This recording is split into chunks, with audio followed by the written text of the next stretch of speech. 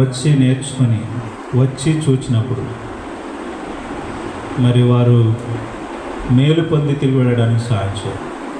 కృపను అనుగ్రహించమని స్తుతులు అర్పిస్తూ యేసయ్య నామమున స్తుతించి ప్రార్థించి వేడుకుంటున్నాము తండ్రి.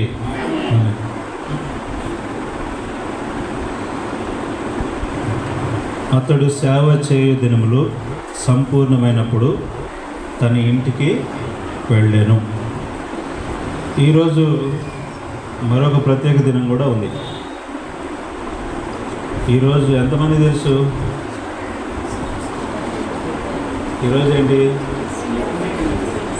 ఇండిపెండెన్స్ డే, స్వతంత్ర దినోత్సవం. స్వతంత్ర దినోత్సవానికి సంబంధించిన శుభాకాంక్షలు బేతనియా ప్రార్థనా మందిరం తరపున మరి మీ అందరికీ కూడా స్వతంత్ర దినోత్సవపు శుభాకాంక్షలు తెలియజేస్తున్నాను. అలాగే గలతీలకు రాసిన పత్రిక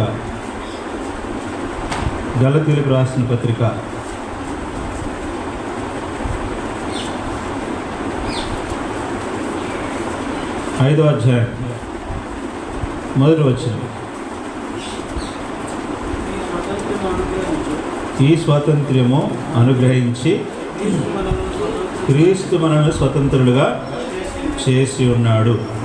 ఈ స్వాతంత్ర్యము అనుగ్రహించి క్రీస్తు మనలను స్వతంత్రులుగా చేసి ఉన్నాడు. అలాగనే కాబట్టి మీరు స్థిరముగా నిలిచి మరలా దాస్యమును కాడి క్రింద చిక్కుకొనకుడి. అక్కడ కింద ఏమని రాయబడింది?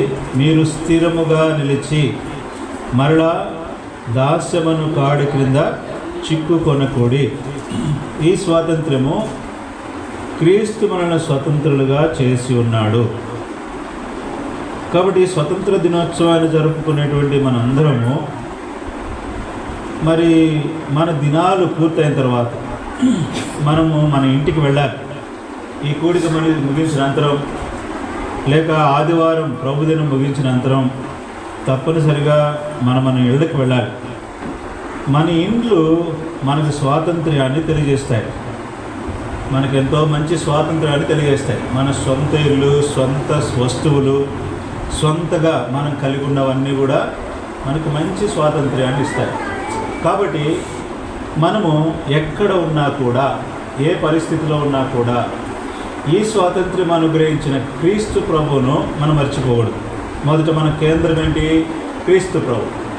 క్రీస్తు ప్రభువే మనకు కేంద్రము. కాబట్టి క్రీస్తు ప్రభు అయిన కేంద్రాన్ని మనం మర్చిపోకూడదు. తర్వాత మన ఇల్లు మర్చిపోకూడదు.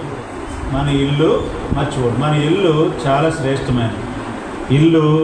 ఎలాంటిదనంటే సేవ చేయు దినములు అనే మాట రాయబడింది. అంటే ఈ లోకంలో మన పరిస్థితులు ఎలా ఉన్నాయి? సర్వెంట్, సేవ. మన దినాలన్నీ ఏంటి? పని దినాలు, సేవ చేసే దినాలు. మనం పోస్ట్ ఆఫీస్ దగ్గరికి వెళ్ళి కనపడుతున్నప్పుడు దాని మీద రాసి ఉంటాయి సేవ చేయు దినాలు అని రాసి ఉంటాయి. పోలీస్ స్టేషన్కి వెళ్తే దాని మీద కూడా టైమింగ్స్ అని ఉంటాయి. కాబట్టి ప్రతి వారికి ఒక్కొక్క సమయం ఉంది. ఆ సమయాన్ని మనము దాన్ని వినియోగించుకుంటాం. సేవ చేయు దినాలు, పని చేసే దినాలు, ఇవన్నీ కూడా మనకు దేన్ని చూపిస్తున్నాయంటే దాసత్వాన్ని చూపిస్తున్నాయి. దాస్యమును కాడి క్రింద మీరు చిక్కుకొనకూడనట్లు క్రీస్తు ప్రభు ఈ స్వాతంత్ర్యమును మనకు అనుగ్రహించెను. కాబట్టి సేవ చేసే దినాలు పూర్తయిన తర్వాత మనం ఇంటికి వెళ్ళాల్సిందే. కాబట్టి ఈ ఇంటికి వెళ్ళే అనుభవాలు చాలా ప్రాముఖ్యమైనవి. పరిశుద్ధ గ్రంథం బైబిల్లో ఇంటికి తిరిగి వెళ్ళే సందర్భాల గురించి రాసినప్పుడు 430 సంవత్సరాల తర్వాత వారు ఐగుప్తిని విడిచిపెట్టిన తర్వాత ఐగుప్తిలో వారికి మరలా జ్ఞాపకం వస్తున్నవేంటి? ఏం జ్ఞాపకం వస్తున్నాయి? కీరకాయలు, దోసకాయలు, కూరాకులు, అలాగనే మార్గంలో తిన్న మాంసం గుర్తొస్తుంది. ఎంతమంది ప్రియులు ఉన్నారు? భోజన ప్రియులు చాలామంది ఉన్నారు. కాబట్టి ఇప్పుడు వారికి ఏం జ్ఞాపకం వస్తున్నాయి? ఐగుప్తి జ్ఞాపకం వస్తుంది. కాబట్టి లోకంలో మన జీవించిన జీవిత యాత్రలో మన సేవ చేసే దినాలు పూర్తయిన తర్వాత గడిచిన వాటిని, దాసత్వం అనే దాన్ని మనం జ్ఞాపకం చేసుకోం. ఎంత పని చేసినా, కొంతమంది ఎంత డ్యూటీ చేసినా డ్యూటీ విషయాలు అక్కడే మర్చిపోతారు. తెలుసా మీకు? ఒక ఎస్ఐ ఉన్నాడనంటే, ఒక సబ్ ఇన్స్పెక్టర్ ఉన్నాడనంటే అతడు తన డ్యూటీ చేసినంత వరకే వాటిని అక్కడే వదిలిపెట్టేస్తాడు. ఇంటి దగ్గరికి వెళ్ళి భార్యతో కూడా పంచుకోడు. తన దినాలన్నీ కూడా సేవ దినాలు అక్కడే మర్చిపోతాడు, అక్కడే విడిచిపెడతాడు. కాబట్టి లోక సంబంధమైన పనుల్లో, లోక సంబంధమైన క్రియలు, వాటన్నిటిని మనం లోకం నుండి విడిచిపెట్టాలి. క్రీస్తు మన కేంద్రము. కాబట్టి వారికి ఐగుప్తు జ్ఞాపకం వస్తుంది.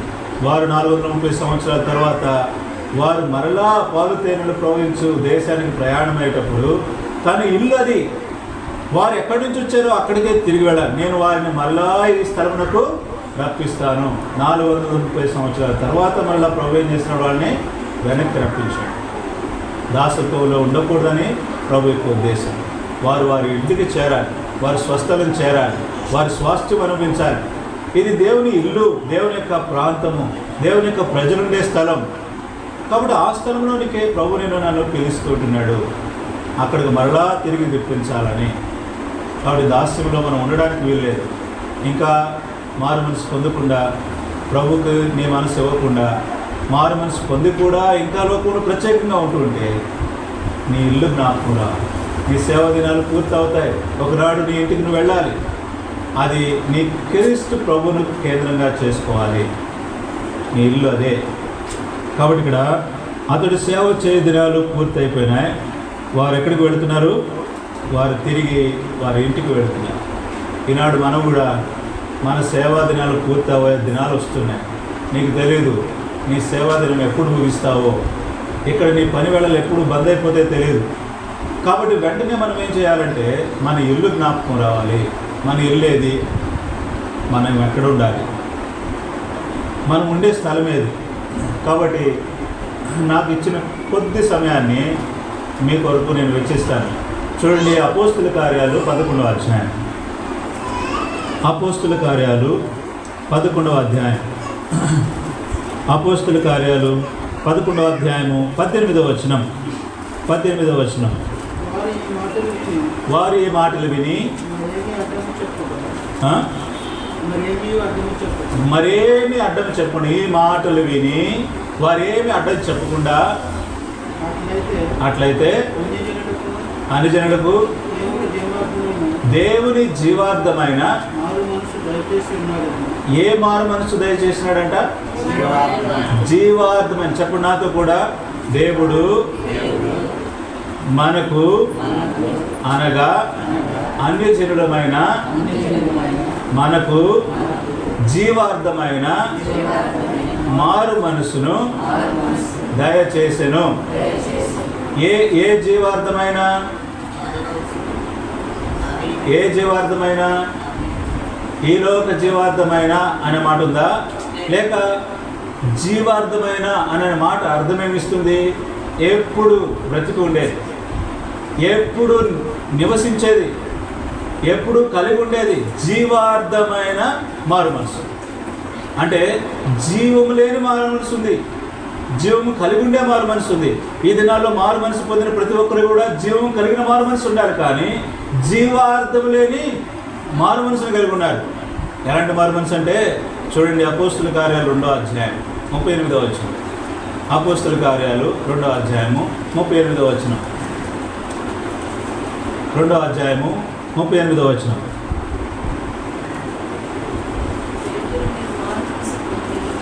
పేతురు, మీరు మారు మనసు పొంది పాప క్షమాపణ నిమిత్తము ప్రతివాడును. ఇక్కడ ఏ మారు మనసు పొందారంట?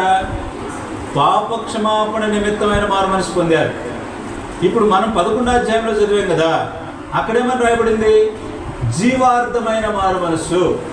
ఇప్పుడు చెప్పండి, మీరు పాప క్షమాపణ నిమిత్తమైన మారు మనసు పొందినారా, లేకపోతే జీవార్థమైన మారు మనసు పొందారా? పాపాలు క్షమించబడితే చాలు, ప్రభువా ఈ పాపం నేను ఒప్పుకుంటున్నాను, ఈ పాపం క్షమించబడ్డాయి చాలు అనుకుంటున్నావా, లేకపోతే జీవార్థమైన మారు మనసు పొందని నిర్దేశించినావా? జీవార్థమైనది మారు మనసు పొందాలనుకుంటే ఎప్పుడు బ్రతికుండేదాని కొరకు నువ్వు మారు మనసు పొందినట్టు. నువ్వు పాపలు క్షమించబడితే ఇప్పటి వరకు చాలు ప్రభా, ఇక లోకంలో నేను వెళ్ళిపోతాను, నాకు ఈ జీవంతో పని లేదు, నా బ్రతుకు నేను బ్రతుకుతాను, నా ఇష్టం వచ్చినట్టు నేను బ్రతుకుతాను, ఒకళ్ళ మాట నాకు అనవసరం, ఒకళ్ళ తీరు నాకు అనవసరం. జీవార్థమైన మారు మనసు ఏది కావాలి నీకు? పాపక్షమాపణ నిమిత్తమైన మారు మనసా, జీవార్థమైన మారు మనసా? ఏ మారు మనసు? ఏది పొందాలనుకుంటున్నావు? నిజంగా నువ్వు పొందుంటే జీవార్థమైన మారు మనసు అని నువ్వు ఆశించి పొందుతావు. నేను బ్రతికుండాలి, అది నా తండ్రి ఇంటికి నేను చేరేంత వరకు, నా సేవా దినాలు పూర్తయిన తర్వాత నా తండ్రి ఇంటికి వెళ్ళాలి నేను. అది జీవంతో కూడిన జీవార్థమైన మారు మనసుతో కూడింది. నా తండ్రి ఇల్లు అనేది నీకు జ్ఞాపకం రావాలి. ఒకవేళ అలా లేకపోతే పాప క్షమాపణ అనే మారు మనసు నిరర్థకం. దాని అర్థం వేరు. దాన్ని అనుభవిస్తున్న నీవు ఇంకా నువ్వు పాపం చేస్తూనే ఉంటావు, చేస్తూనే కొనసాగుతావు, ఇంకా నిర్లక్ష్యంగానే ఉన్నట్టు లెక్క.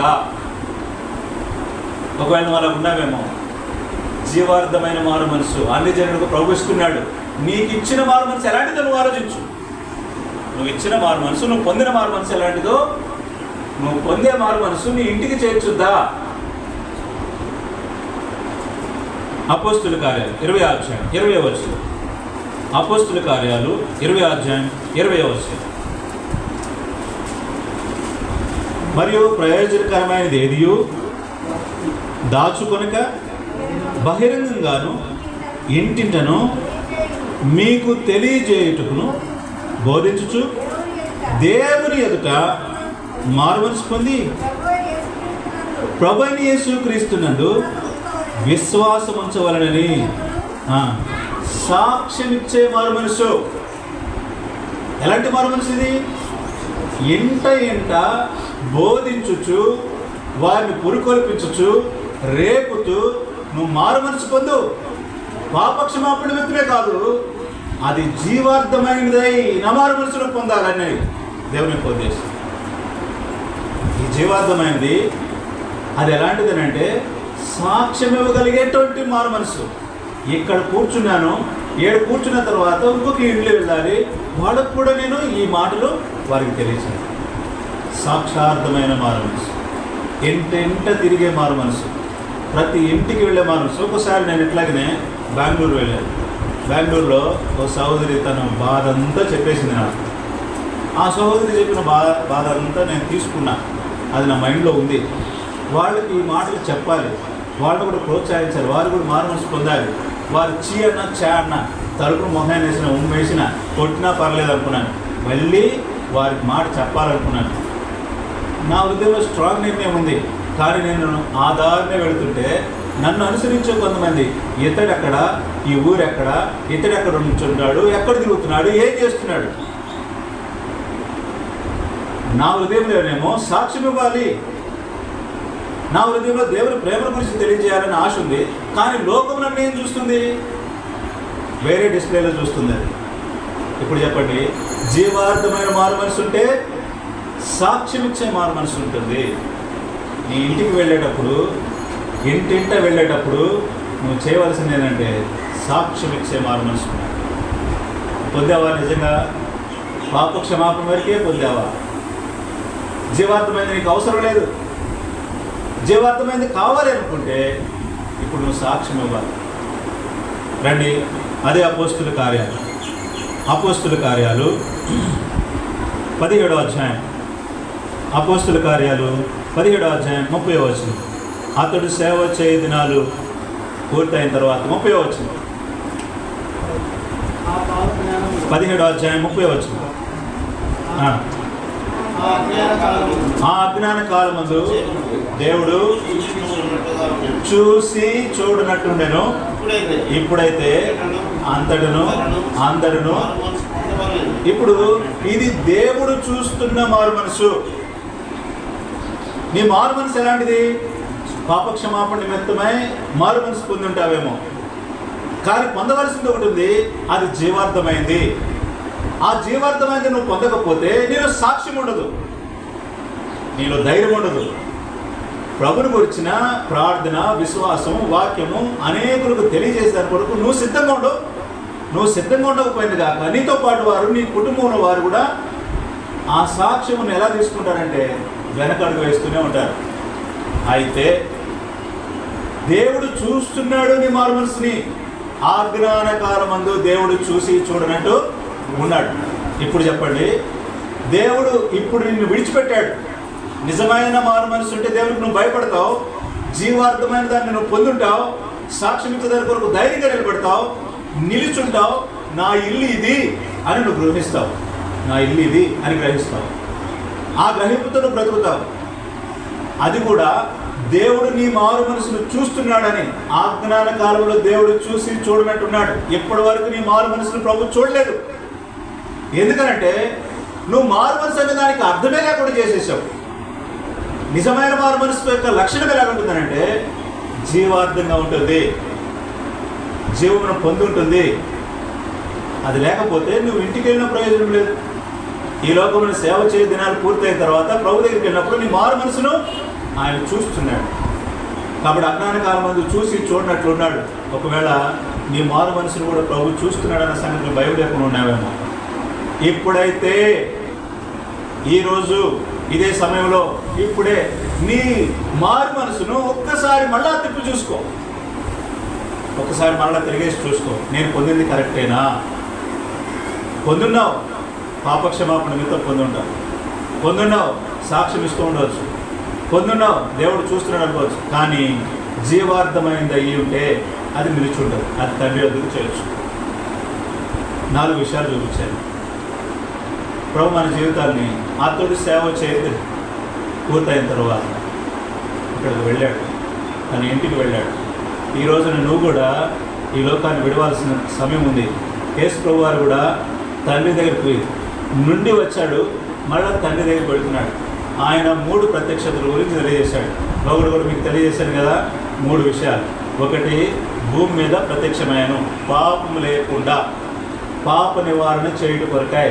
ఒక్కసారే ఆయన శ్రమ పొందవలసి వచ్చాను. అట్లని ఎడల ఆయన ప్రతి సంవత్సరం, ప్రతి ఏటా ఆయన మన జ్ఞాపకం వస్తాడు. ఎలా జ్ఞాపకం వస్తాడు? బలులు అర్పించడాని కోసమే ఆయన జ్ఞాపకం వస్తాడు.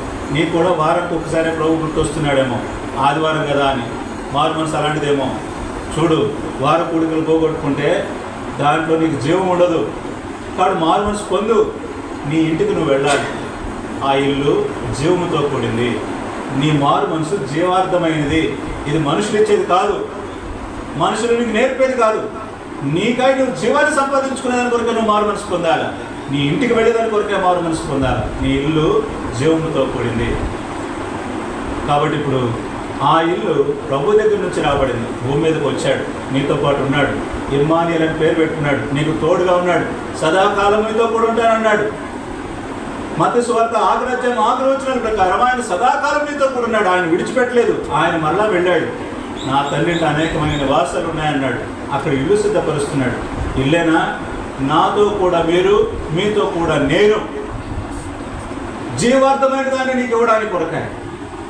ఆ మారు మనసు పొందిన వారికి జీవార్థమైనది ఇవ్వడానికి కొరకాయ. సదాకాలం ప్రభుతో కూడా ఉండేదాని కొరకాయ. అక్కడికి వెళ్ళాడు. ఆయనకు మార్గాన్ని సిద్ధపరిచాడు. అక్కడికి వెళ్తాం. ఆయన వెళ్ళాడు కనుక ముందు మనం కూడా వెళ్తాం. నువ్వు నమ్మకం ఉందా? నువ్వు జీవార్థమైన సంపాదించుకుంటున్నావా? వెళ్తే అక్కడికి వెళ్తావు. ఒకవేళ లేదేమో అది పోగొట్టుకుంటావు. జీవార్థమైన మారు మనసు నీ ఇంటికి నువ్వు వెళ్ళాలి. అక్కడ ఉంటుంది, ప్రభు దగ్గర ఉంటాం. ఆయన మరలా వస్తాడు. అంటే ఒకటి భూమి మీద, రెండవది తండ్రి దగ్గర, ఇప్పుడు మూడవది తన వారి కొరకు కనిపెట్టుకునేవాడి వారి కొరకు. హెబ్రీయులకు రాసిన పత్రిక చూడండి అన్నమాట. తన వారి కొరకు కనిపెట్టుకుని వారి కొరకు అనే మాట చూస్తాను. చూడండి, తన కొరకు, తన వారి కొరకు కనిపెట్టుకుని వారి కొరకు అనే మాట మనం చూస్తాం. రండి, 9వ అధ్యాయం హెబ్రీయులకు రాసిన పత్రిక 9వ అధ్యాయం 27-28 వచనం. మనుషులు ఒక్కసారే మృతి పొందవలనని నియమింపబడిను, ఆ తర్వాత తీర్పు జరుగును. అలాగనే క్రీస్తు కూడా అనేక పాపను భరించుటకు ఒక్కసారి అర్పింపబడి తన కొరకు కనిపెట్టుకుని వారి నిమిత్తం. ఎవరి నిమిత్తం? వాస్తవమైన జీవమును సంపాదించుకున్న వారి కొరకు. జీవార్థమైన మారు మనసు పొందిన వారి కొరకాయ ఆయన ఏం చేయబోతున్నాడు?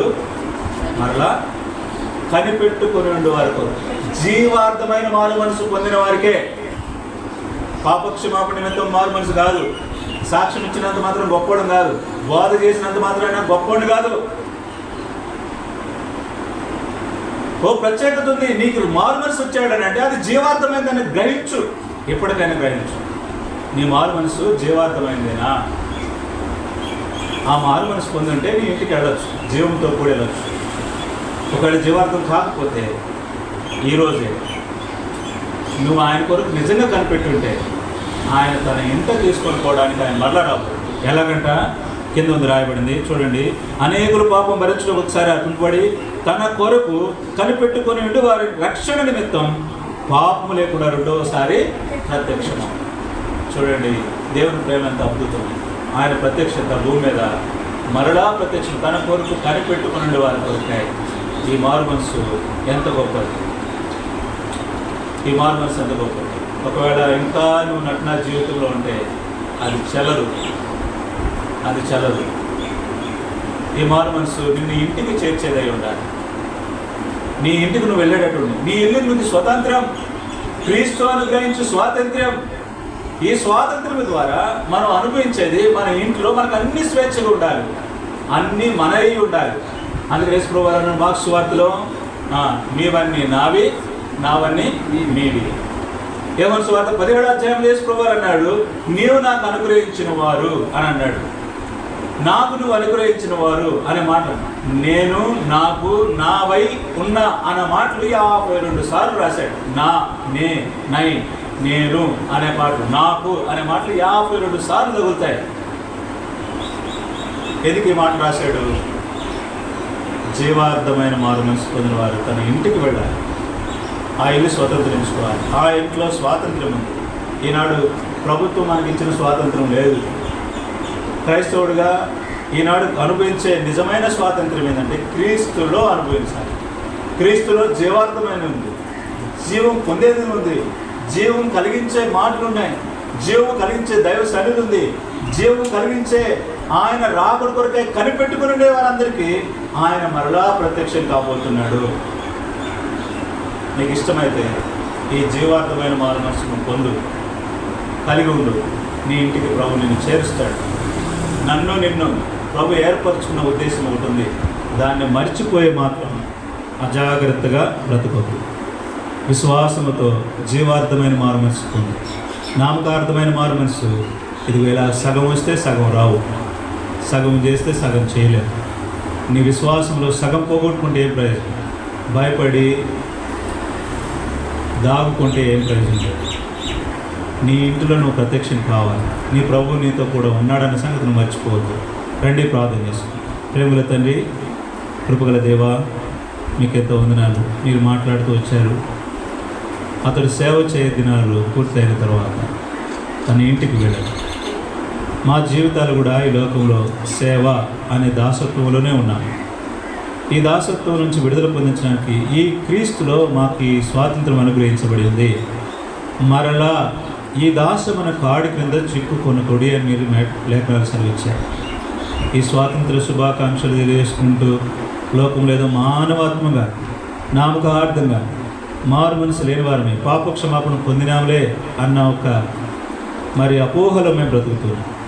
జీవార్థమైన మారు మనసు పొందాలని, అది జీవముతో కూడినది, మీ రాజ్యం నిశ్చలమైనది, అందులో సదాకాలం మీతో కూడా ఉంటామని, తన కొరకు కనిపెట్టుకుని వారి కొరకు మరలా రానే ఉన్నామని మాతో మీరు మాట్లాడుతూ వచ్చినది క్రైస్తవులు. విన్న వారిలో మీ నీరు కట్టి ఫలింపు చేయము, మీరు ఆకడ కొరకు ఆయతపరచు, మాటలు దీవించి ఆస్వాదించమని యేసయ్య నామమున స్తుతించి ప్రార్థించి వేడుకుంటున్నాము తండ్రి. ఆమేన్.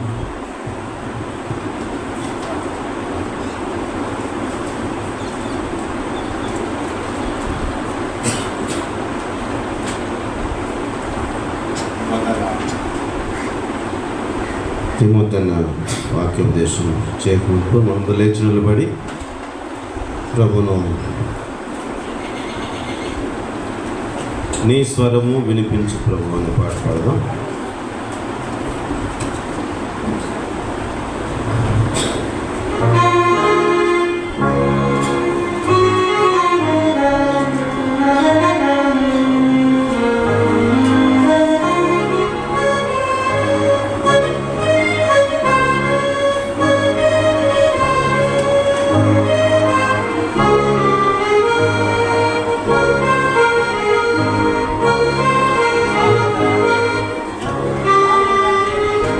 481.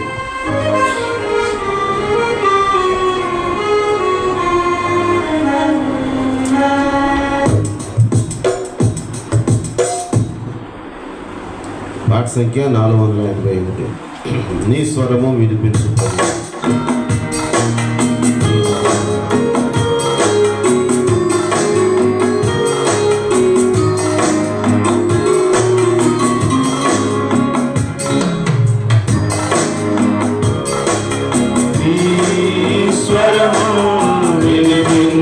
ప్రభువా నీ దాసుడాలకించు నీ స్వరము వినిపించు ప్రభువా నీ దాసుడాలకించు నీ నామమును నేర్పించు వారి యందు నడుచునట్టు నీతో నీ వాక్యమును నేర్పించు దాని యందు నడుచునట్టు నీతో నీ స్వరము వినిపించు ప్రభువా నీ దాసుడాలకించు.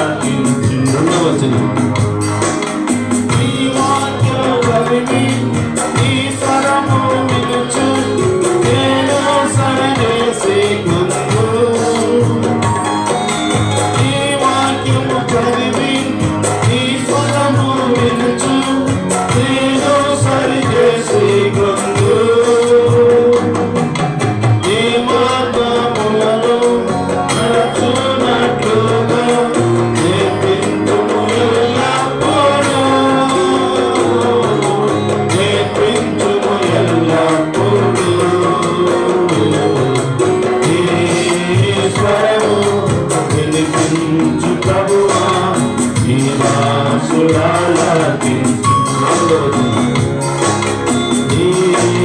స్వరము వినిపించు ప్రభువా నీ దాసుడాలకించు.